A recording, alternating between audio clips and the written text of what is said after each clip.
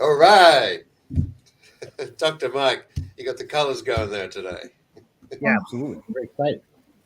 Very pumped. We have a lot of things going on. A lot of cool things happening. Very pumped. Thank you guys for being here. As always, I am. Well, I'm not always Dr. Drift. They gave me that nickname last time, and then it's just kind of stuck. So, and then I was talking to somebody privately about something else, and they're like, "I remember you. You're Dr. Drift." So, hopefully it doesn't stick, but I don't know. I might get stuck with that. So anyway, I have with us Paul, who is our the chief media officer. No, it's chief marketing officer, right? And Sophia, who is our design and chief design officer, CDO. Um, and we got Nabil, who's our CTO, and I am the CFO. And we are four of the members that make up the Drift community. So, hello, everybody. I'm sure everyone who's tuning in is kind of familiar with us by now in the town hall. Please leave some comments on here. There's going to be a gift, right? Giveaway. There's $500 to give away. Five Yeah. hundred bucks. That's pretty good for the best comments or the best questions that are there. This is not going to be a very long town hall, but it is important. There's a lot of great things that have been happening. We've been working on partnerships all day long. I've been talking to people and making connections with different groups of people that might be interested in partnering with us. That would propel Drift into the next world. We just got a whole bunch of stuff. So I don't know who wants to go first. I know that Nabil and I are very excited about one particular thing. It's like this is like a dream, right? You work with one of the top protocols in the world. So I don't know who wants to go first, but maybe kick it over to Nabil first. Yep, I'll take over. So first of all, hi, the fam. Truly excited as we get close to the launch. The updates are that currently we're in audit process, which basically means that we have started the audit and we're applications and other amendments which are coming through, which are minor. So I'm pretty sure we're going to get through the audit pretty quickly. We did keep a time slot of around 18th to 22nd, which gives us 2 more days. But I'm pretty sure we're going to be done by tomorrow or hopefully the next day afterwards. But as soon as we're done with the audit, the best news part is that we've already gotten the interoperability protocol integration, which basically means our contract and the token drift is going to be cross-chain as we go live. But obviously, the main effect, the actual effect of the cross-chain ability will come when we actually launch the cross-chain swap and the bridge. When I say cross-chain swap, I'm pretty sure a lot of people don't know that this is a new technology that Chainlink has been working on for some time. And what it allows you to do is basically imagine you have USDT on BNB, and you've noticed that the drift APYs on Ethereum are supremely high. You don't have any funds on Ethereum. You just want to buy with what you have on BNB, but get the drift on Ethereum. Then you can use the cross-chain swap to actually buy and use your USDTs or funds on BNB to buy drift on Ethereum. And that way you won't have to go through the centralized exchanges or complicated bridges to just swap and be able to buy your drift on another chain. It means one click swap into another chain, which in my eyes is revolutionary. And I love the fact that they've been building this out for the past 1.5 year. And we would be one of the first projects to actually utilize it fully in the capacity of an ERC20 token. So they're going to talk big about us as we go live. So hopefully everything goes as we've planned, and we're able to deliver it with excellence. But beside this, I think during this time frame, as we go about and go beyond the audit, we're supposed to be preparing for the IEO and CoinStore, which right now we've been having discussions and trying to find a perfect slot for the IEO and CoinStore according to their policies and agenda. They need some time to start marketing before the IEO, so their targets are met. And I do believe, we personally do believe that it's a better way to give them time to get listed. So we've taken a decision that we'll wait for their final decision on what the date is. We're trying to shorten the timeline as much as possible to get them listed But I think the smart decision is to take full effect of the marketing hype that they create for the IEO and the listing as well.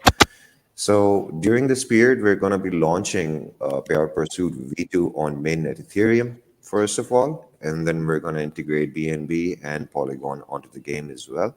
So you guys will be witnessing the first event on Payout Pursuit very soon. Hopefully within a week or two, we should be, because we are already in a staging area right now. I'm not sure if a lot of the community members noticed that right now they can DM the team for getting a beta access as a beta player, a beta tester for V2 on testnet.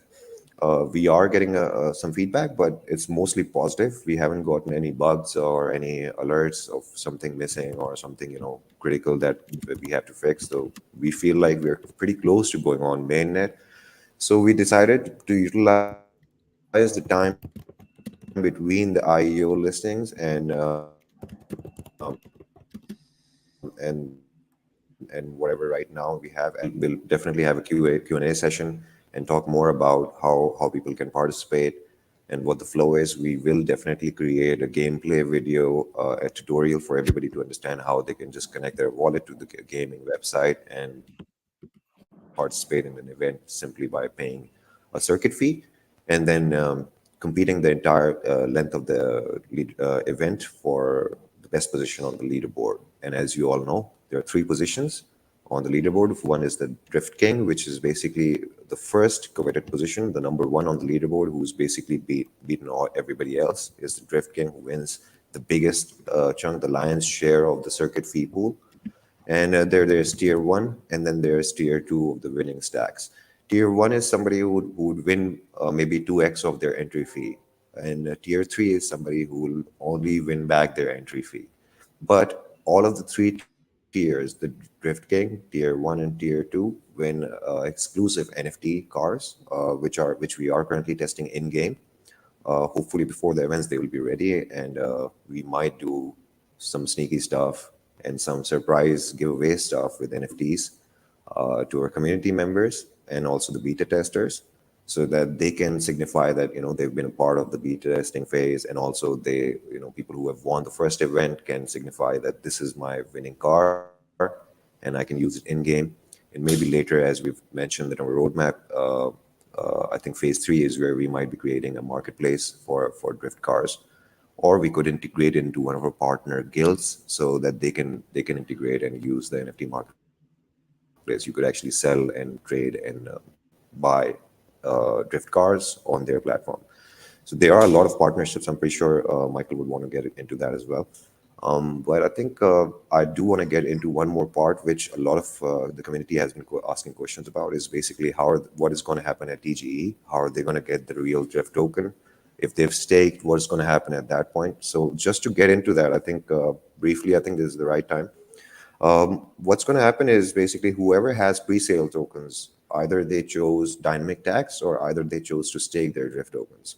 At TGE, we'll have a claim function running on our main website for all the pre-sale holders.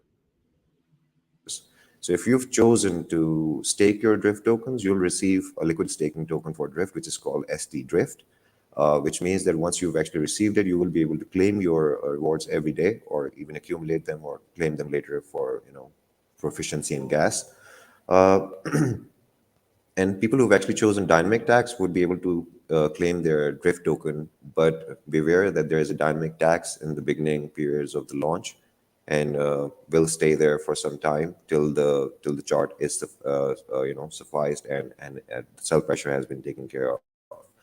The reason we've actually applied dynamic tax is to make sure that the centralized exchange listings and the decentralized exchange listings don't go out of pair, and there isn't anything that is harmful for the community in both terms.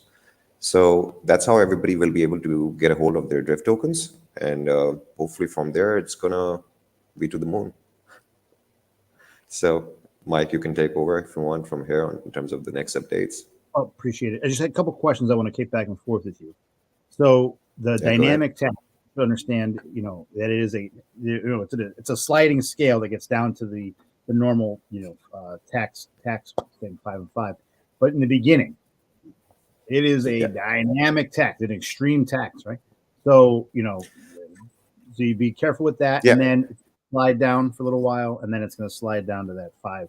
And we'll give more specifics on that.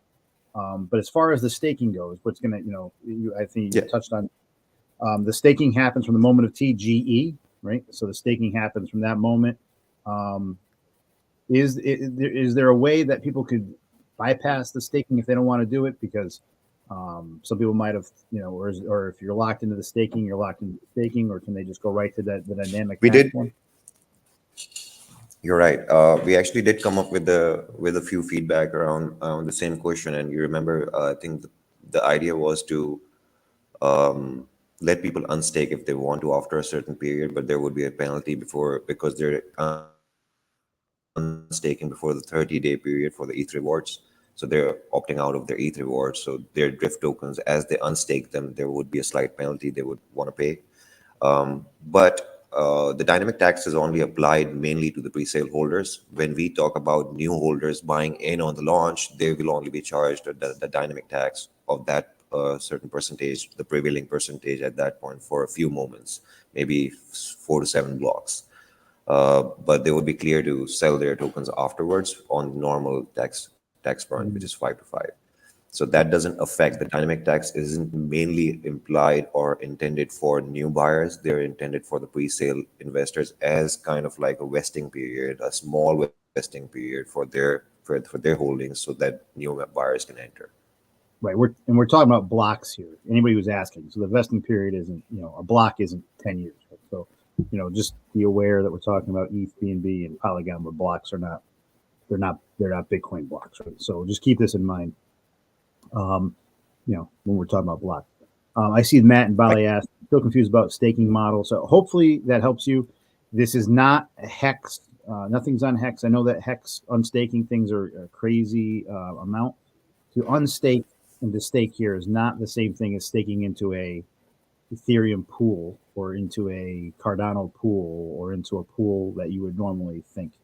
This is a controlled thing from our side, not a pool that's in the entire network of Ethereum or whatever it happens to be. That's all. So I just want to make sure that's very clear. So whatever the gas price is, it's not the $10,000 or these crazy things that I've seen. I'm not telling you it's going to be 10 cents either, right? If it's on Ethereum, it's going to be probably the prevailing gas prices, but there are probably ways to do it. Don't go with market price. Go in there with the other market, other price to help bring down the cost. But I just want to keep that in mind, right? Right, Nabil, am I wrong in thinking that? You're absolutely right. I personally feel like people concerned about gas fees they don't have to worry about that their rewards would disappear or something. They're getting accumulated. So you can make a mathematical equation for yourself based on the investment and the stake amount. What are the rewards that you'll get, and what time should you be able to withdraw them on a profitable scale? So, and then playing around with gas timings, I'm pretty sure people can come up with a better way because after I think the ETH upgrade on L2s, the gas is considerably low on the network these days. I think even though the congestion has gone down, it could be because of that. But right now, if you look at the gas, it's not that high. So I'm assuming and I'm hoping that even at that point, if the transactions are becoming really, really intensive, we may be able to actually optimize a few things. But totally comes down to at that point because it is dependent on the network, and that doesn't have much to do with how we are giving away rewards or what we can actually control gas fees. Can't do anything about it. I can write a letter to Vitalik, but I won't do anything. Yep, I know exactly. So the other thing is we've seen after the Duncan upgrade, we saw a silly amount of Polygon, right, start to pour in. So I think Duncan upgrade really helped people try to transition over to the Polygon network. So we have a lot more Polygon users. I thought it was going to. I was losing faith in Polygon, and everyone brought faith back into the thing, right? So keep that in mind. So one more thing at Matt and Bali staking rewards is 10% after month paid in ETH, but 10% of the native Matt and Bali. So if you invested BNB, if you bought with BNB, there would be BNB. If you bought with Polygon, it would be Polygon. If you bought with ETH, it would be ETH. So it's your. Hey guys, sorry, I couldn't speak earlier, and I'm on my mobile with my front camera's not working well, but yeah, to add on to that too, the pool from the initial 10% continues to grow, so your ROI goes up as we have volume on the token as well. So keep that in mind.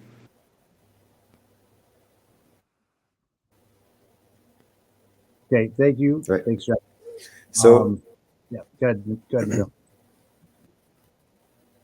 yeah, so basically, I think we've covered the updates for the token itself, for the launch. We've talked about cross-chain, how it's going to be used by or intended to be used by the users. I personally feel like a lot of users would love to use the cross-chain drift bridge just for avoiding centralized exchange. So we might see a lot of volume on drift just based on that. So one thing to keep in mind. Oh yeah, I imagine that once the degens find out that you can just go, drift, and then you're in ETH, and then boom, you're in BNB, boom, you're in Polygon. People will figure it out. Once that happens, they won't even know what drift does. They won't even know. They won't. They'll just know that drift gets me from these things. They'll think we did drift for this reason. Right? They won't even know that drift does this for other reasons. Yeah, it'll seem like the name drift is just I'm drifting between chains, so it makes sense.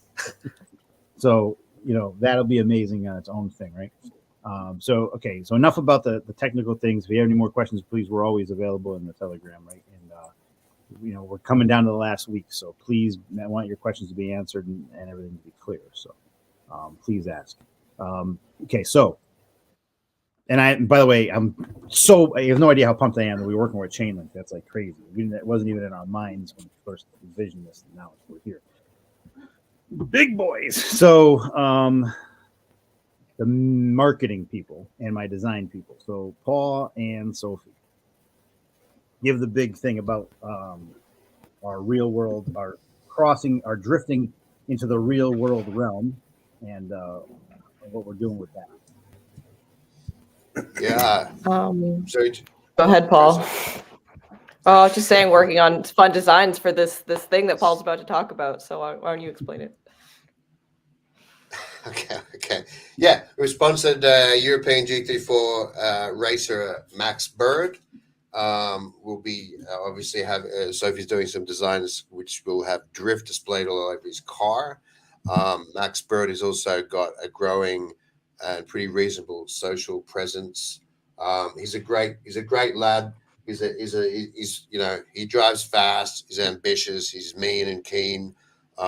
And I think it's a really great and appropriate sponsorship for us to have taken out as a first step, given that our first product, Payout Pursuit, is gaming related. So that was really exciting. I'm also meeting with another potential, I can't say. Yeah. So someone that we may also be sponsoring in a different capacity this week. But more globally, we're in discussion with a few guilds who are based around the world. I'm also obviously connected to the Chinese KOL community, gaming KOL community. Talking to a Japanese agency about the Japanese market in particular, and I'm also started to work on Latin America, because in my experience in GameFi Latin America, Brazil, Venezuela, Argentina in particular, are pretty good markets for GameFi products. So I've started talking to people in relation to those markets. So my I'm very excited about the token generation event, which is coming really soon, and we've been laser focused on token marketing, which is important. But obviously I have to have an eye a little bit on the future. And so, once the token's out and all the kind of feathers get dried off as the birds start to, fluff away the water from that's gone under the bridge. This is terrible. Once all that ties, once all the token stuff is out of the way, we're going to be focusing on the product suite that we have, which starts, of course, with Payout Pursuit. So kind of excited as to where that's going to go. Again, there's some other partnerships that we're exploring, can't talk too much about, but yeah, we're pretty excited by some of the early feedback we've got from some potential partners and some, the kind of gaming community as a whole. Yeah, no, thanks, Paul. That was awesome. One of the cool things about the Max Bird thing is Max was a drift holder, part of the entire community, right? So as a community member, you reached out to us and said, guys, I really like the project, and I'm a real racer in real life, and how about we find something to work out together? And we did. So we will be, we'll be seen when the camera comes over and talks to him when he wins first, whatever. Drift will be right there in the camera, man. So we'll be out in the world. We're going to try to get some definite value from that, from the Web 2 world, and bring them into the Web 3 world, make them come onto this thing. So I'm very pumped about that. It's really cool. We probably, we'll be able to have some prizes perhaps for our second and third place holders to maybe go see some races in real life. If they win, you can go see a race X, Y, and Z. We'll explain all that as we go into actual races and stuff. So there might be some real world, besides the things I want to give away in the real world, rewards that I can't get into right now because we're working on that. Will be this kind of thing where you actually go smell the tires burning and all that stuff. So yeah, keep that in mind. So it'll be pretty cool. Josh, I know you're not on video, but you are here. So, do you have anything you'd like to update everybody on? No, I just super excited. We continue to work on some additional partnerships. Obviously, Chainlink is huge, and once we get to a point where we can do co-marketing, which we're close, that's super exciting. Obviously, the exposure there, and that's just one of the many things. There again is a couple of things in the works. Hopefully, we can put some details out the next 2 weeks. Everybody's kind of working hard in their lanes. We have the game development side. Nabil's covering. Sophie's doing some awesome design work. Paul's reaching out to the guilds, and we're reaching out strategically via me and Mike. So there's a lot of exciting stuff. TGE's coming up. I know, guys. We're a little bit off our original projections, but we feel we've been communicating well, and I think it's well received by you, the investors. Of everything we're doing is to increase the value of the company and set up a long-term thing here that will be around, and our target remains going after Gala. So thanks to the team for the hard work, and appreciate you investors and everybody listening in. And we're always still looking for new connections and new partnerships. So always reach out to one of us if you want to set something up. You see the vision and you have a good connection for the team. We're always entertaining those, so we appreciate it, guys. Thanks, Josh. The only caveat I want to add to Josh's thing is, if you're a marketing person with an AMA and all this other kind of stuff, we will do due diligence on you to actually find out if you're a real thing and not a scam. So don't just DM any of us and start asking. You have no idea. I feel like crypto is the most overrepresented AMA media, social thing ever. If Match.com or dating sites were like this, everyone would be married. It's the most unbelievable networking thing of all. It's unbelievable. I have 1,000. I have 1,000,000. I can get you. It's unbelievable. There's so many. I can't believe it. When I was talking to a guy from Coin Bureau, we talked about this. And we're like, everyone has a blog and everyone has a thing and and everyone has a cajillion followers are all bots that everyone bought for, And so one of the things I'm very proud of with us is when you go to Twitter and you see the Twitter account, that's all organic. We didn't buy any of those people. People look in the thing in the VC, see the VC things out there, and they say that, this company raised 10 million, 20 million, 30 million, 40 million, 125 million, and that's true. They did do that. We're trying to. We did this. We did everything we did so far is organic, and was not. Wasn't a promise on a piece of paper. We're doing it as best we finally can. Paul. Yeah, the one thing I wanted to add to that, and I was furious because this is not what I do. We did promote a YouTube video. I bought views, and we ended up with 46-something thousand subscribers. They are not views. We bought the package to be able to be, what do you call it? Promoted out, but not views. Boosted, but not views, right? I mean, it was supposed to get more views, but not like you buy views and you get automatic views. It was boosted. Yeah, sure. It was a promoted video. Yeah. Right. And then they just We- added on all this extra stuff. So yeah, for whatever reason, and it was all done through YouTube. I don't know. I think when YouTube releases a new kind of advertising product, they pump it hard. So we ended up with 40 whatever thousand subscribers. The views are real, but the subscribers are not. I was furious. So please don't. When we say that we don't use bots and all that stuff, we mean it. That was the one case in which we got, yeah, and I was quite angry about it. So it's not what we do. Mike is absolutely right. All of our followers are actually people on all of our socials, except the 46,000 or something subscribers that we have on YouTube. Crazy that I have to actually say that in today's Yeah. today's world. I actually have to say that. But yeah, okay, cool. I mean, again, like I said, guys, this was a in and out kind of town hall. We told you about all the big things. We still have Mike Laurie as an advisor. We've been coming up with some awesome ideas for future gaming. And again, we're very focused on payout pursuit. Nabil and his team are doing an amazing job. V2 is out. If you want to be a beta tester, please DM us in the chat. We will get you in touch with the people. You can be a beta tester. Try stuff out. You're going to try stuff out. I believe on the Polygon testnet. Am I right, Nabil? Yeah, we are actually deployed on the staging. So it is deployed on the testnet. I think we're currently on Mumbai Polygon. But basically the beta testers will just need guest Matics in their Mumbai connected networks on the wallet. And they'll be able to test the entire game. Basically, they'll be able to pay the circuit fee, enter into the event, play through the event, try to beat the leaderboard, and check the results. And if they've actually won, they would be able to claim their tiered winning slot of money, whatever it is. If they're the Drift King, they win the biggest share, as I've mentioned, and then tier 1 and tier 2. So we have been testing strongly within team, and also some beta testers from auditor teams and other partnership. We have a lot of people are interested in beta testing, but I haven't actually heard a lot from the community.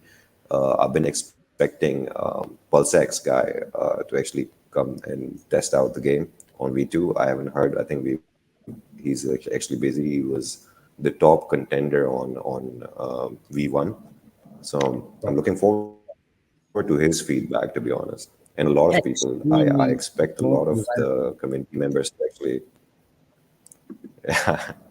He's on top on all of the 3 test tracks. So that's amazing. He actually came up with different ways on the expert to cut through the track to actually shorten the time, which was brilliant. Yeah. So I'm actually excited about, Paul. I'm actually very excited about all the guild partnerships you've been talking about, because I feel like that's going to bring a lot of the eyes and the users to the events, and that's going to benefit Drift overall. So I'm pretty excited about it. Yeah, me too. 1,000%. So the big takeaway is, if you're part of the community now and you want to be part of the next steps, please sign up to be a beta tester. And we'll help you, try to get the test Polygon from the faucet, the whole thing, and play away and give your feedback. That's probably the best thing you could do. It's also kind of cool because the game is awesome. So yeah, I think that's perfect. By the way, the game that you're going to play, when we go live, when you do have the ability to actually enter the game, you're never going to know. No one's going to know what that course looks like. It's going to be brand new to everybody. But when they hit, race. So I know you guys don't think I played the basic one. I'm saying, it's going to be different. The basic one's going to be different every time. Yeah, but that's not enough. I know. I'm trying to warn the them. Actual difficult tracks we haven't. I know. Yeah, the actual difficult tracks haven't been even propped up for the people to actually see or even practice on. So each event as we go on will create a new track for everybody to just enter, practice, and beat everybody at the same time. So nobody will have time to practice on the event racetracks. There are only current racetracks and V1, which basically give you a basic idea of how the race or the game mechanics are and how you can perfect a corner. But when the actual event happens, and if there is downhill and uphill, it's a different case scenario. Right. And So get there's good. and there's potential for I'm not gonna give it away, but there's potential for if there's cheating that your car might be not a car. Anyway, we'll talk about we'll find we'll see as we move on into the thing. So just keep this in mind, people that are trying to cheat the system. We've had some great ideas and some great things. So there might be some things coming up. But yeah, extremely desirable. If you hear this, please become a beta tester because you're awesome, and I'm excited for your feedback. So, besides that, I think that covers everything, guys. If anybody else has any last words, I think we can drift on out of here and start working on the other things we got going on. I think, from my end, it's done. Look, we did promise a $500 prize for best question, best comment. Matt in Bali,